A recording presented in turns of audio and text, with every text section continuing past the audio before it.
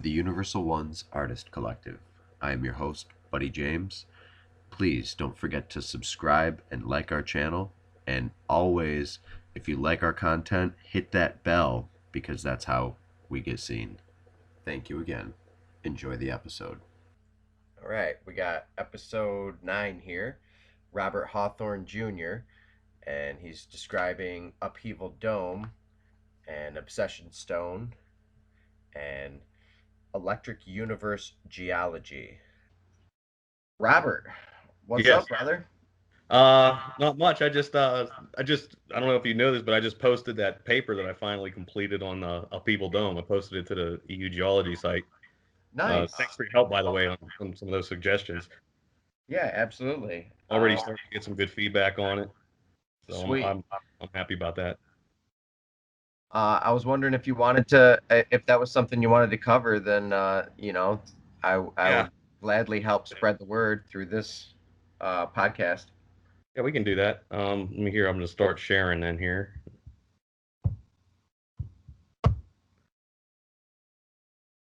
Can you see the screen now?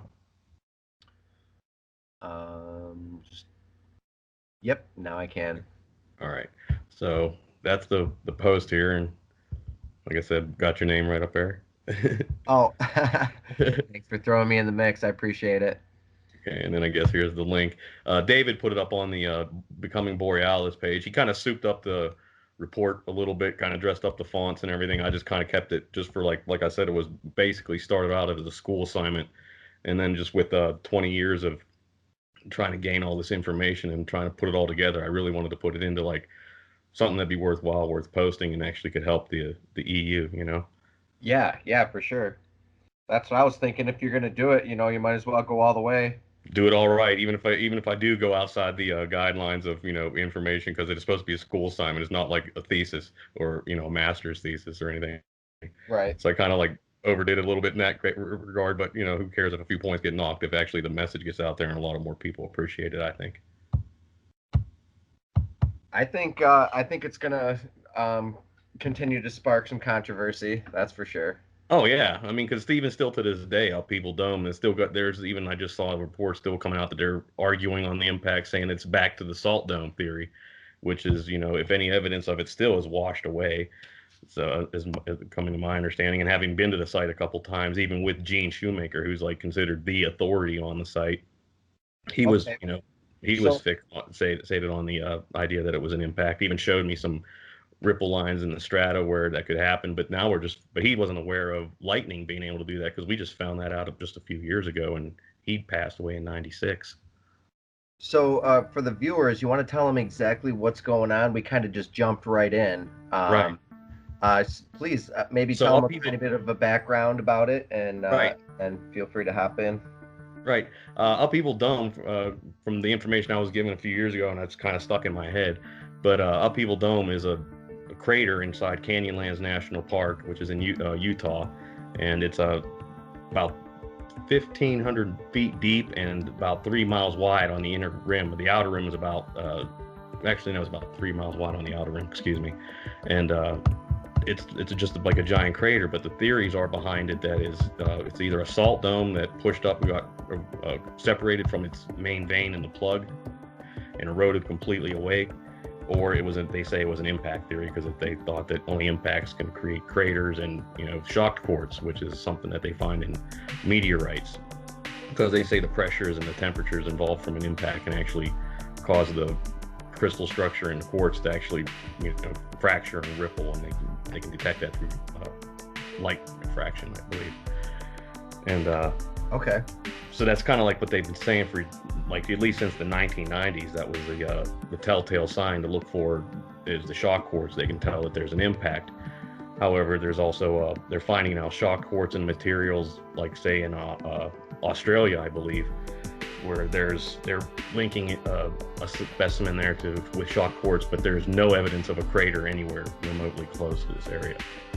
So with that information, I kind of thought, with the electricity involved and cratering, and especially with Jacob Gabel's work, with his just even making small craters in that chamber, I thought I'd put it all together and form the thesis that upheaval dome was actually a lightning strike or electrical discharge from like polaric currents, or even possibly even uh, ring currents that like Andy Hall's talking about, coronal loops.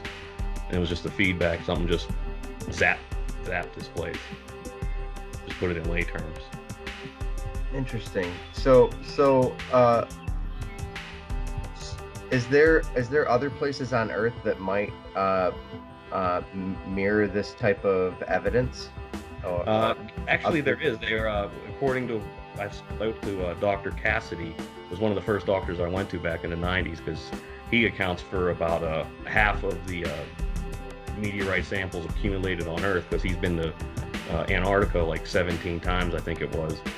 He'd go down there just to collect rocks on the ice shelf, because they had to come from outer space if it's through that much ice. They didn't come up through the ice. So he would go down and collect them, and he acquired quite a bit of a collection.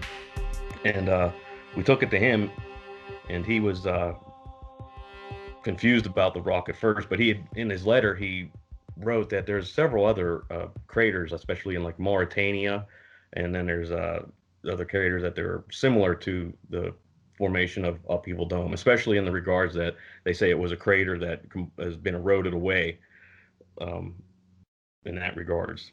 Because like if you look at upheaval dome, there's that side of the, I think it's the northeast side or northwest side of the corner here, that it actually is eroded away. Because you can see here's the road coming in. I think you come in from the south and you wrap, or is it? Yeah, that is, because this is upside down. Because this actually goes out towards the Green River, which is flowing this way and converges with Colorado somewhere further south of here. So this is actually with the north facing towards the bottom of the picture, and south is on top. So you come in through this road here, and you can get a kind of a grip of how large the structure is. If you can see this little wiry vein right here, that's the road. It's a 2-lane road, and then you have to hike up to the rim, and it's pretty large, structure there. How many times have you been here? I've been there 4 times myself. Okay. How And close is I've it only to? gone around the syncline loop one time, but I didn't get any pictures that time, and I barely remember anything, because like I said, it was back in the '90s when I did that, because Mhm. it was kind of hot and I didn't want to do the walk. But I need to go back all around and do that again, because I've seen some footage here on some other sites where people have done that, and it's really interesting stuff. I want to go take a look at. So I'm interested in naming the title of this something like Electric Universe Geology, just straight up. Sounds Uh, good to me. and then upheaval dome dot dot dot, just so it's because it's easy to find. And I think that more things should be tagged with electric universe geology, or plasma geology, uh, Yeah. because there's a lot of geology that is plasma, right? Yeah, I mean, I think it's Diamond from David Mariello from Oppenheimer Ranch. I think he kind of manages or runs the plasma geology site on Facebook, and he had made a post about his theory about upheaval dome and relating it to fulgurites. Um, and he kind of like overlaid the tube of the fulgurite, overlaid it to the formation of upheaval dome, and kind of laid out their similarities in that possession. But it was just a small post. But and I actually kind of wanted to work with him on that, because I wasn't sure if he had actually wrote a full paper, and I didn't want to like step on any toes. But I think I took my direction of my paper in a kind of somewhat different direction, and was sincere in my findings, I guess. So I hope he's appreciative, because I kind of sent him a copy of it, but he hasn't got back to me yet, as of like, just like I sent the draft to you, just for review it a little bit. He did give me some feedback and kind of like the idea, but didn't get any like much more of a response than that. So, a minute ago, I heard you mention Jacob Gable, and I'm Yes. interested in his work and how it relates to this. And as I mean, we're not going to act like strangers, that's for sure. Robert and I know each other, and we are in many groups together, Yeah. and so we know of this gentleman called Jacob Gable, and he works with Transformer, and I work with Transformers. Hmm. I've been doing it on wood, and he's been doing it in different types of clays and different types of mixtures to mimic and mirror possible electric cratering and electric scarring on Earth, right? Yes. He does the vacuum chamber with the dirt inside of it and shows how the In the current dancing can plasma. actually right can actually cause craters to form and actually can eject matter like through the induction effect. David Brown is actually one that's showing actually how the mountains are actually pulled up out of wet substances and actually can be Okay. formed in that fashion. And then Right. also scarred and eventually after they're overcooked, they can be ripped apart and scorched again. So that I wanted to elaborate on that using some of his work, but that's kind of like more for a larger publication and uh, and basically stretching out past the formation of upheaval dump. And you can see on the outer rim here, it does look like something's been, either a bubble of clay burst and it's like a bubble gun just slapped across your face, or it's like been machined out from some other way, you know? That's a good way to put it. It almost looks like a bullet hole, like we're looking at a bullet hit it, and then Right. that's the outside and it's curling out. But Right. that could be an optic illusion as well because of It could this. all, yeah, it could have been wet when it was, hit and or zapped, and then the bubble just like vitrified like that because they said the lightning will melt something really fast, but then it cools suddenly. Therefore, the crystalline structure doesn't get to be re, regained, it just or reconstituted. It it actually stays in like an amorphous isotropic state, which is exactly what they described the analcime samples from the rock that we have that were found outside of this formation, what we call the obsession stone. That's exactly kind of how they described it. Where's the obsession stone found relative to this?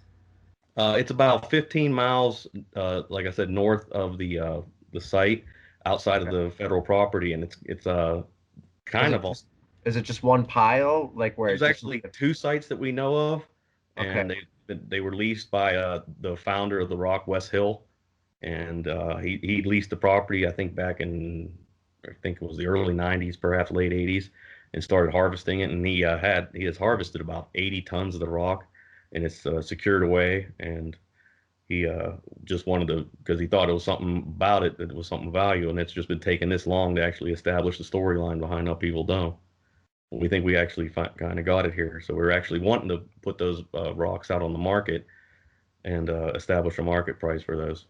So just to be a disclaimer, there is kind of a bias to my motivations to writing this paper, just to just close that properly. yeah, bias or none, this is a big deal. This is a lot of this stuff is making some headlines right now. Well, And that's I like that. So like to shake things up a little bit. yeah, so uh, I was electrocuting rocks. Let's see, was it 2016?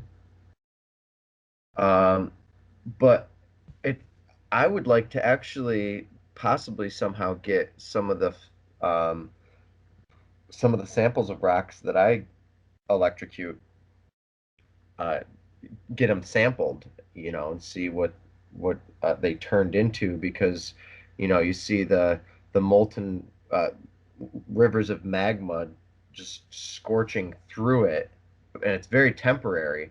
It's kind of hard to do a rock, and because your water has to be just right, and when it moves through it, it's fast, so you have to stop it and pull it, otherwise it'll pop. The rock will break Right. sometimes and start shooting out shards. Um, but yeah, I'm interested to see what kind of composition that might turn into. I was actually kind of because it is already like a glass. I'm sure it would just be remolted into a glass. So since but there's also water in this compound, so I wouldn't want it to explode on you. So probably what would be the best idea is probably to get the after it's been ground down from the machines, you get the powder, the residue, and dry that out, and then you can zap that and see what happens. And see if it like makes a glass, like a different colored glass or another kind of Ooh, product. right. Because I wouldn't I want that thing kind of exploding on you and having a safety issue. right. So I heard that if you put um,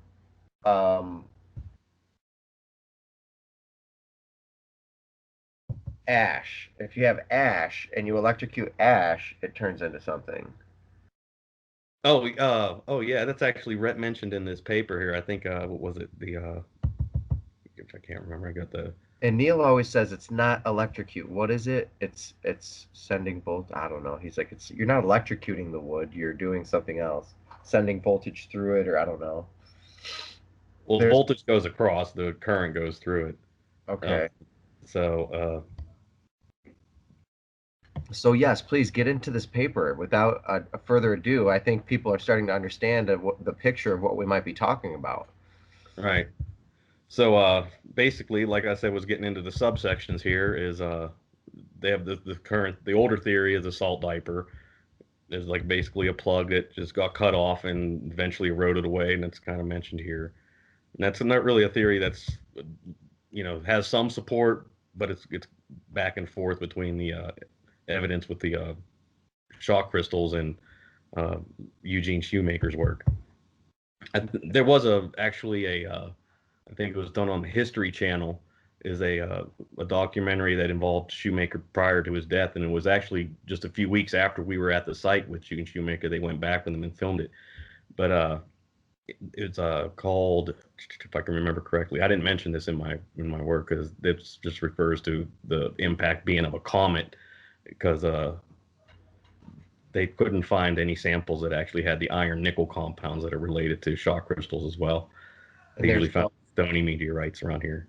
and there's no salt either left over, so that takes away the idea of the salt. Uh, Right. But there is some salt veins that are in the vicinity, and that's why they think, because of the sporadic sparseness of it, that the veins are underneath the ground, and it was just kind of separated from the main vein, and it eventually eroded away. They say that in theory that it's about 400 meters below the surface is the beginning of the vein that actually goes further in depth. If so I can recall from reading the report up in the salt dome theory, I think that's, if I remember correctly. I don't want to misquote it. so do you suppose that that those stones, those rocks that you have, the heavenly rock, what is it called again? The obsession stone. Obsession stone. Do you suppose that those obsession stones were ejected out of the a large lightning strike or electric strike, electric arc? I do, and the reason why is because we have several different Kellers of stone representing the same compound, and it's all vitrified, but each Keller represents the layers that are in upheaval dome. So we have a lot of the brownish reds that represent like the Wingate. We have some purples, and then there's, when you get further down into that clay Morrison structure at the center of the core, we have like, it's either there's a greenish tint to it. You can't see it unless you're actually at the site itself. This picture really doesn't do it any justice. Well, Mhm. maybe it does, but you can see in this grayish area, there's actually a greenish hue to it, and we actually can match colors to every layer of this formation. That's why we believe that, like, when you get back to Jacob Diable's work, where it actually, with the induction, would throw all the material out from the current going through there, um, that actually would actually cause the material in here to be vitrified and then also ripped out and thrown somewhere, and it landed in the wet clay formation of the Morrison Formation, which is where it's found near the at the site. Is there any sites that are like this that are salt? What are they called? Salt Salt diapers. It's like a diaper. diaper, but it's not like a children's diaper, but it's like Right. like, yeah, from my understanding. Like it deteriorates. Like it's made of Yeah, salt. The salt a deteriorates, salt and dome then diaper, same. Yeah, it's like domes that push up. okay. Do you know where the salt is that is there on the location? I'd have to get back into the research of, I think, Doctor, what was it, Bucher, I think is his last name, or Buckner. Because I'd be interested to see. There's probably not too much. I mean, but if there is quite a bit, then that could be supportive of that idea. And then if there's other salt diapers that are like this, because I've collected rocks and I've seen some weird things, and I'm like, how could that have happened? And then as soon as I read your paper, uh, about a salt diaper. I was like, oh my gosh, there's so many rocks in my yard that make sense now. Yeah. Probably either iron diapers or salt diapers where the iron dissipates and leaves a hole. Is there a, Right. Well, is there that a are same examples of thing? salt diapers. I didn't look research as to where the locations of those diapers are. I kind of focused right on this site, but we can look it up right quick. Does anything else diaper too? Like iron, Let's see here. It says mainly salt or halite. halite. Yeah. Huh, halite. That's that really like almost like a pumice Yeah. white, I think. Okay, cool, because I'm just interested. All right, so this is the other um, idea of what they're saying, because I'm curious to go into the opposition, what the other idea is here. Yeah, it's how they can attack it. Is that all there is, or is there a bunch of other? I mean, yeah, that's just what we looked at. I mean, I haven't looked as to where any. Can you hit images real quick, Yeah, please? go into there. So here's, I guess, one.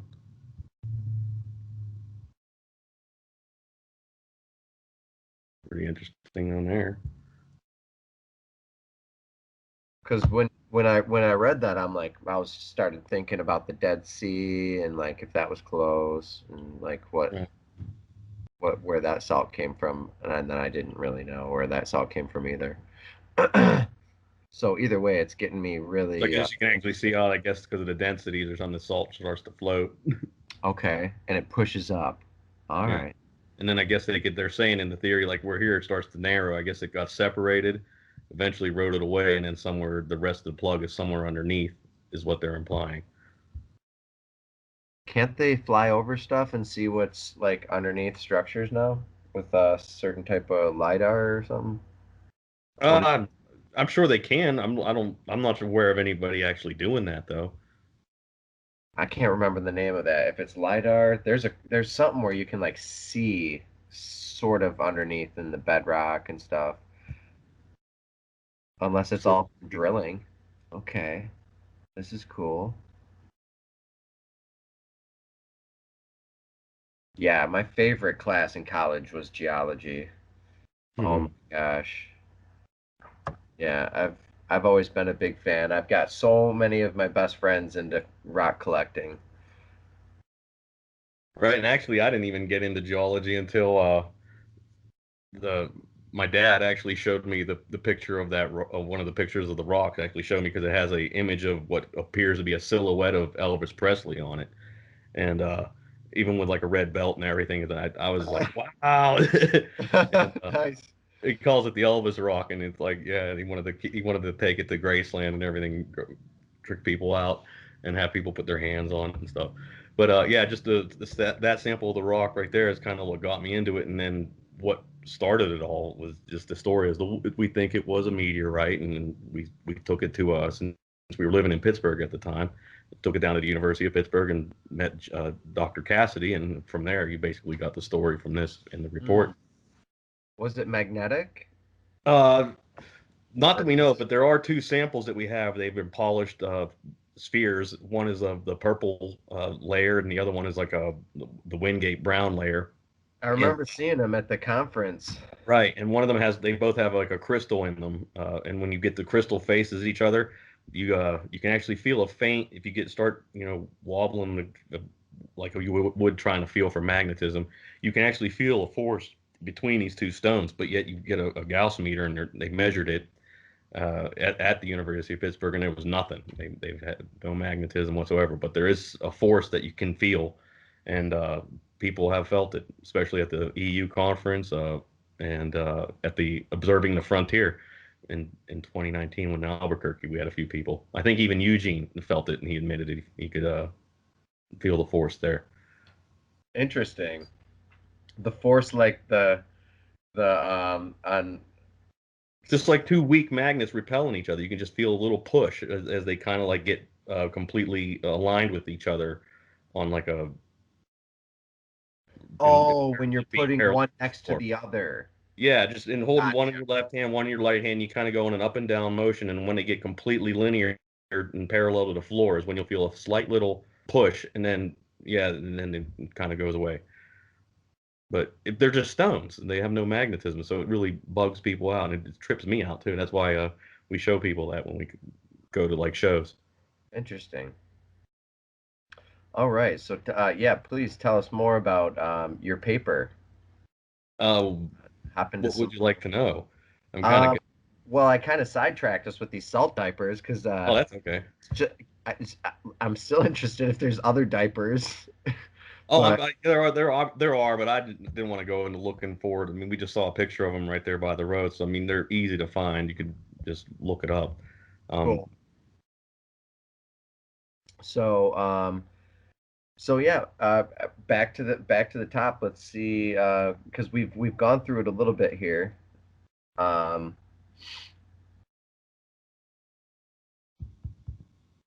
yeah. So we went through the shocked cords. We could probably get back into the cratering. yeah, that's yes, the cratering, number 4. All right. So number 4. So uh, so a little bit of the research was I kind of wanted to look into it does has there been any other documentation of lightning been known to cause cratering before? And the first article I came across was in the Scientific American, in an article from 1856 showed that there was a lightning strike in New Hampshire somewhere that caused a foot wide crater but went 30 feet deep. I was thinking that was pretty amazing. And Huh. then there was reports of another one like 8 inches, but yet 15 feet deep. So I knew that with that evidence, I was kind of sure that lightning could actually go could channel deep in the ground, but could it actually go wide? Like sometimes we do see like shallow craters, but they're very wide but shallow with very shallow walls. So that's what dropped me into Jacob's work because he's starting to show that a very thin current or thin display of an electrical current right here could very easily just drill out a hole in a matter of seconds Yeah. and then And throw the medium out too in a pattern that there really wouldn't resemble a radial arm as if it were an impact because you'd get chunks that would blow out in certain areas and would leave traces back, whereas this induction effect kind of like chews everything up into a small pieces of similar size and then just hurls it out and it just blankets it and it's really close to the rim. And that's what we're kind of seeing when we look for meteorites because it's like the very small material around the rim. Aside from a few meteorites that they saw, like that 60-ton one that they can't move in, I think it's Africa or something. But they claim that that's a meteorite that just landed but didn't break up or nothing. It's just one big chunk on the ground. in Africa? I think it's an Africa. I can't remember exactly, but it's like a 60-ton boulder, and they attribute it to a meteorite. But yet when it landed here, it didn't like bust or anything, according to Right, or create a impact? Right. So my theory is it probably was a lightning strike, and it was just been eroded away after that because it was so vitrified. Everything else either blew away or got washed away eventually, and that's because it actually have to walk down into a channel to come to it, and they kind of like memorialize it because there's like this circular walkway around it, and it had tiers up to like a couple stairs, but it's still just ginormous rock that they attribute to an impact, but they had to pretty much excavate around it just so that you can just to see the full thing in scale. So during some of these catastrophic events and these storms that the electric universe um, proposes happens and stuff, it wouldn't be hard to bury whole cities and bury whole continents with soot or different debris, and we find so many different what I'm getting at is we find so many different civilizations and cultures that are buried, Right. like And really no record of whatever happened to them. everything's getting buried, like the earth is growing. I mean, clearly we know that the earth is growing, it's expanding, but in many different facets. But yeah, it's weird. It makes you think like there could just be a quick storm where some some of the Earth is transported from one place to another, or a global storm. You Right. know, I There wonder. was a mention of glass, I think, in Argentina, the Pampas area. They said that the glassy stones there that have shock quartz in them, they said if that was actually relative to impacts, then there would be that area alone on the planet would be susceptible to more impacts than anywhere else. So just the thought of like when like as if meteors decide to come flying into the planet, they all decide to hit the Pampas area. you know, Right. I don't buy it. I think there was even a suggestion that they maybe these are lightning strikes instead of impacts, and that's the I think that was who made that cause. Uh, Matt Hasek. He's a geochemist from the University of South Florida. What about all the glass that's the green glass that's like scattered across like a desert somewhere? Have you heard Oh, of that? like Libyan glass. Yeah. That's more of a yellow color. Moldavite, I think, is a yellow. I mean, Ah, a green glass kind of that's attributed to impacts. Uh, okay. but the Libyan glass, that was I actually was thinking about putting that into this project here because they actually they want to attribute Libyan glass to a crater in the inside Western Egypt, I think, but they would have to be either completely eroded, like they said again, erosion in the crater, or and to the point where they can barely even make one out, or they'd have to get some satellite imaging. But the point is that they're just that's just an assumption. There's really they can't really find it, and there's probably never been. It could have been easily like glass that was blasted from the Reshat structure and then just carried over that way. Because I mean, you can see the colossalness of the structure itself. That if that was a lightning strike, that could have blasted things uh, all the way east, and actually could have pulled some of the water and washed some of the soot all the way through the Sahara, which could have been why it's so sandy. So, in my observation, I'm looking at all of these circuits and all of these systems, and I see that there's like a flow dynamic to all of them, and it kind of reminds me of just like the circuitry of it, like how the Sahara, um, the sand from the Sahara goes way up in the atmosphere and feeds the Amazon, you know, Right. and just all these cycles, these interrelated cycles, they've been here for so long, and like what's up with there's probably weird migration patterns of creatures that are still there but unnecessary. It's funny you say that. I just saw in space.com, I think today. I actually posted it in the Universal Electric Universe Biology. They actually found, or the satellites have picked up this. I think I want to call it a brown algae. I think if I remember correctly, but they found this chain of brown algae that's going all the way from Western Africa to the Gulf of Mexico. Oh yeah, I saw that too.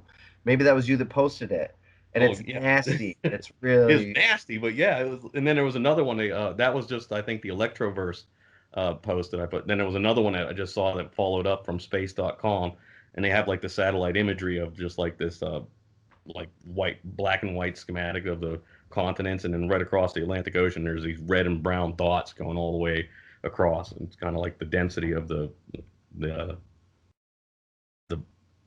algae, I guess, is what I assumed from it. Oh, the It was dense just algae massive. bloom.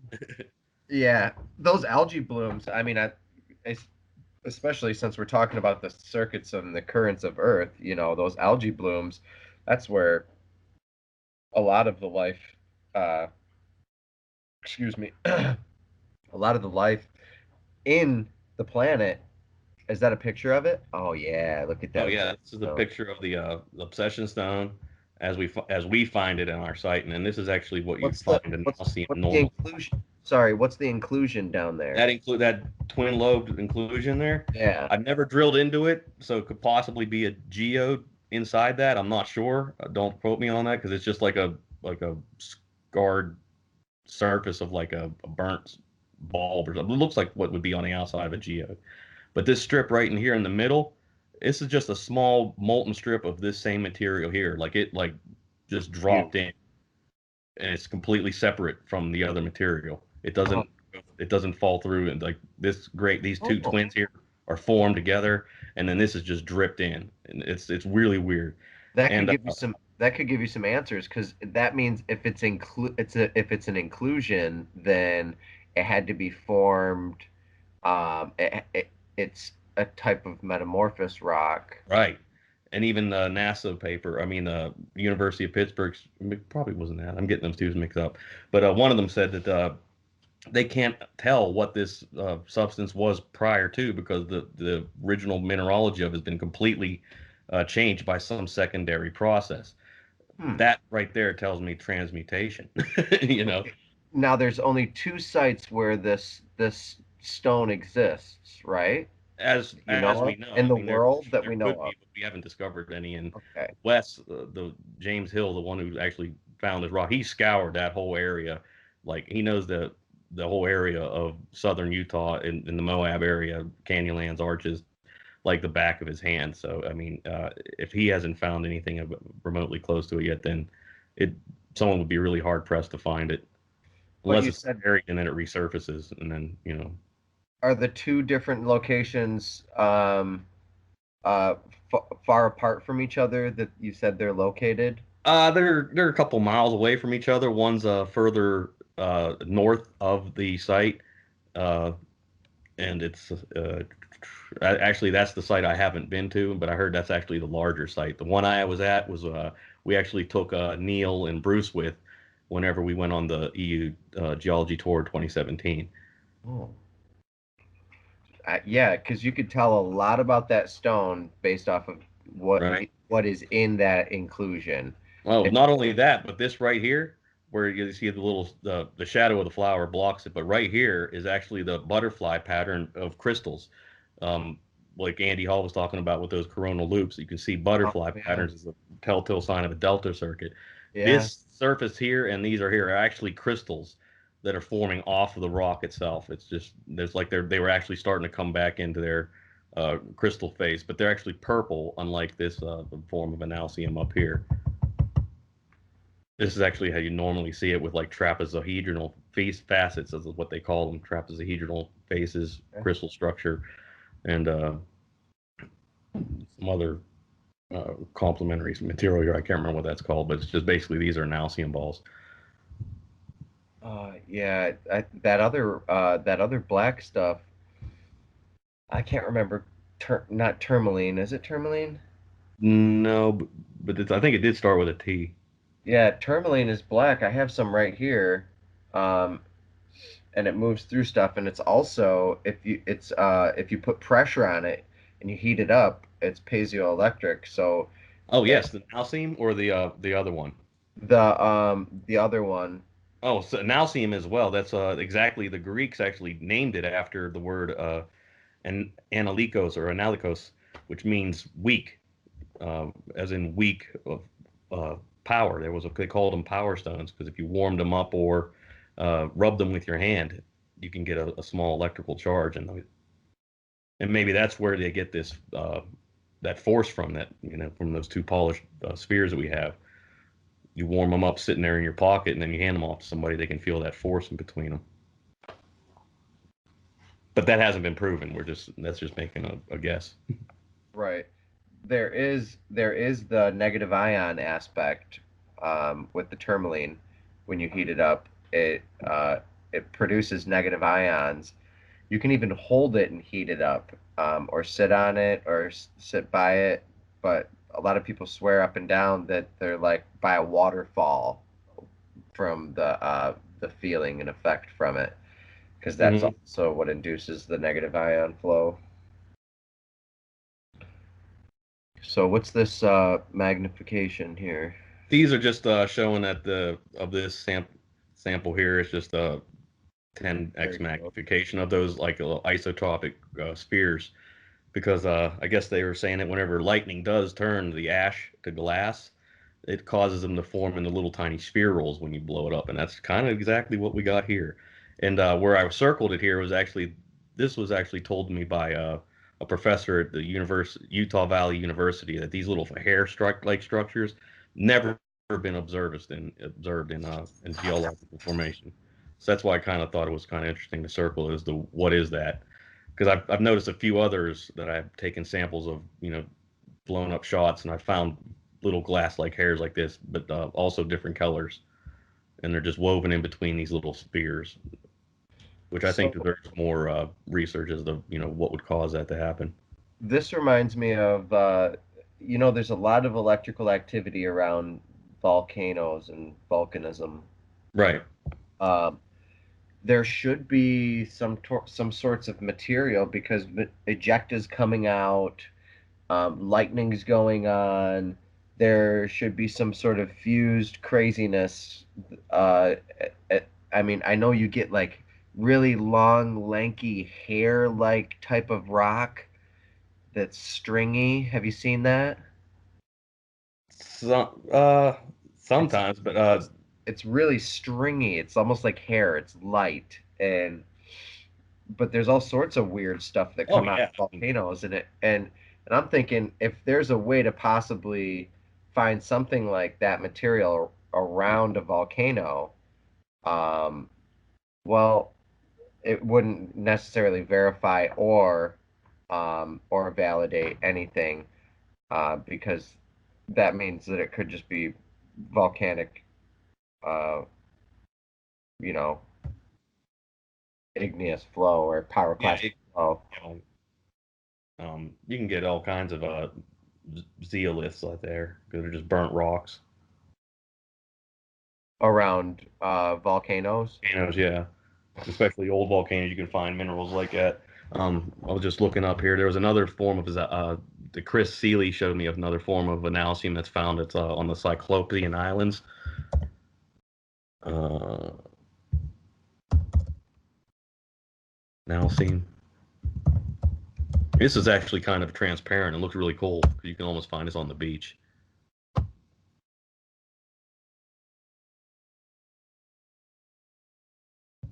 Huh.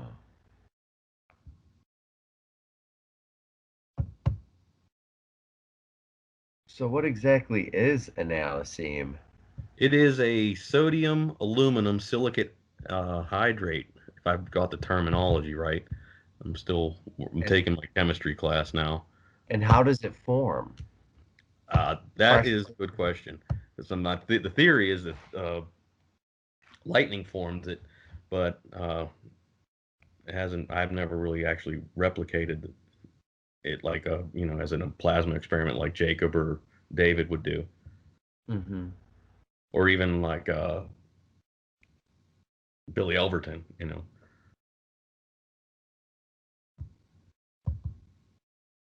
Yeah, I want to play around with it and see if there's something that could, you know, because there's a gauge where you could just easily dial the pressure up or the voltage up and down. Right. Just Uh, I just kind of start playing around with it. I know I've been saying this for a while. Every time I see one of Jacob Gable's videos, I'm like, I want to do it, and I'm like, right. I'm gonna keep doing what else I got to do too right now. Right. I want to get a better understanding of this before I jump into doing something so I don't blow myself up because I'm like I said, I'm just in school still, so I'm still trying to understand the electrical theory. Yeah, It's starting to dealing. make sense to me now after understand like listening to the impacts and theories for so long, and people just squabbling over if it's still a salt dome or it's an impact still. I was like, perhaps it's this, you know. That's kind of what I was doing this paper for. Nice. Yeah, well, I think a lot of people are gonna, you know, if they haven't yet heard anything about this theory, turn their heads at least, and then possibly take a double look because I think that there's a lot of validity to it, and this is, uh, I like to electrocute rock. I want to make some new rocks, fuse some new materials together, Isn't that what transmutation's all about? Basically. Like that's what how we got like chemistry and all this other just kind of playing around with things and trying to fuse stuff. And it's crazy how like a lot of it has a spell to do with it too. Like and an an utterance of saying something Right. like uh abracadabra or they all have roots in Or even hallelujah, amen. right? That was the or the sacred Hosanna, you know? Uh-huh. Yeah, there's uh, a lot of life. We realize that okay, this is neither here nor there with rocks and stuff, but Right. This is sidebar. uh I was thinking earlier today how sentient life forms in rings, and first I was thinking about how life forms in rings, and then I was like, no, it's sentience, like, and then how life replicates on spheres. Okay, now if there is a harmonic resonance of us constantly going around and around and around, that produces like a humming of a memory, like going into Rupert Sheldrake's kind of stuff that he's talking Mhm. about, and the Doherty set and the helical kind of winding. Now, the it makes sense that all living things. Uh, I guess what I'm saying is, what if everything ha first, in order to exist, has to get sucked into a black hole, and the a quote unquote black hole, so the memory can be a resurgence into uh, the next point or the next arc or the next um, synaptic connection between one galaxy to another, and the whole point of everything is for for uh, the collapse of it into the memory. So from one galaxy to another, okay, visualize, we have Birkeland currents that carry these flows. Then we have all of these flows and memories that are around. And uh, actually, what got me thinking about this was Chris Monk Selly. He posted something about the sun and the going around the the galactic center. And it was a Taurus, and it was a beautiful like Taurus. And I'm like, and I knew before, and Walter Russell talks about how life and all matter begins as rings and ends as rings, Mhm. um, as it's formed. But to really comprehend the fact that all life as we know it is on the spheroid of a planet, I asked Ben Davidson himself, and I've been talking about this a lot, and it's kind of sounds fanciful or stupid or just really dumbly simple. The fact that life is on spheres, life exists on spheres, and then life replicates. It starts out of spheres, it moves from one sphere to another, it aggregates, it replicates, it has fractal life, it's a fractal living thing. And to me that just blows my mind that it's all spherical. I just love spheres. Spheres are great. Right. Sorry for going on a tangent there, but Oh, that's okay. I'm tangential. Woo! Yeah, but tangents they do happen. But hey, I got to get going. My dinner's about to be like ready, so I'm gonna get going. If we want to continue this on another later, but Hey, or No, Keep I one. think this is great. I think we covered a lot, and I still got some questions, but we'll cover it.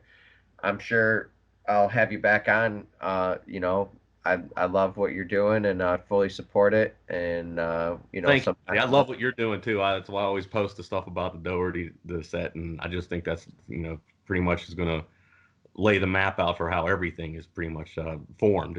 From the embryonic up to that adult stage where everything just reproduces, like you were just talking about, just repeats itself. Thank you. Yeah, I think that it has some crazy reality to it, and it has a life of its own. Yep. So, So, uh, yeah, but I'm gonna get going here, so I'm gonna get because yeah, absolutely. All I got right, a thank you wife for having your her foot time, now. and I really appreciate you describing your paper to us. Thanks a lot. Thanks for taking the time to listen. I'm so glad I was able to put this together because it's been sitting on my shoulders now for like 20 years. Like I said, feeling like I wanted to really do this, but just never took the time to learn how to do a scientific paper, and never really had the motivation until I got involved with a group with all you guys, since the conference in 2017. So thank all of you. 2017, that was a good year. Yes, it was. All right, brother, have that good food. Take All care. right, thanks. Take care, man. Yep. Bye. Bye. Episode 9, Season 1, Robert Hawthorne Jr., Electric Universe Geology. That's what's up. Obsession Stone. Check it out. Go check out his new paper. I'll be putting it in the link here. That's what we're all about. Looking deep into each other's work. Everybody's work. Checking it out. Looking, seeing, observing. Love is watching. Thanks for doing that.